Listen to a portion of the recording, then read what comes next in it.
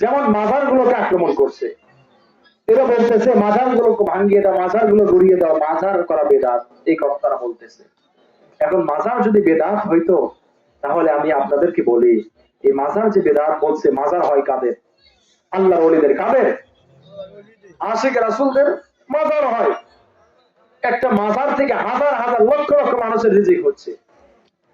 যেটা বাংলার জমিদার পৃথিবীর ইতিহাসে কোন প্রেসিডেন্ট, কোন বড় ধনাত্ম শিল্প লোক মারা গেলেও অতিরিক্ত 1 মাস 2 মাস 3 দিন 4 দিন 5 দিন 1 2 মাস 3 মাস পর্যন্ত তাকে খুবই স্মরণ করে, এরপরে চলে যায়, আর তার নামগন্ধ থাকে না। কিন্তু আল্লাহর ওলিদের শত শত বছর পার হয়ে যায়, তাদেরকে মানুষ ভয় না, বরং তাদের দরবারে যতই দিন যায় তাদের মান আরো বাড়তেই থাকে। সুবহানাল্লাহ। তাদের কদর আরো বাড়তেই থাকে, তাদের মাঝার লোক আরো ততই বেশি যায়, যত বছর যায় মাঝার আরো তত উন্নত হয়। কথা বলেন ঠিক কিনা? শাহজালাল প্রায় 800 বছর পার হয়ে গেছে, আজ পর্যন্ত তার আকর্ষণ, তার সম্মান একটু কমে নাই, কমছে? প্রতিটা মানুষের মুখে মুখে তার মাঝার থেকে হাজার হাজার শত শত শত শত মানুষ খাবার খাচ্ছে। এই খাবার গুলো কে দেয়? পাগল গুলো সেখানে খাচ্ছে, খাবার গুলো কে দেয়?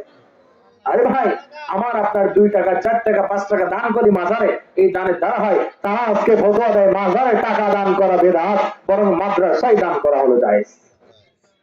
কথা বলেন।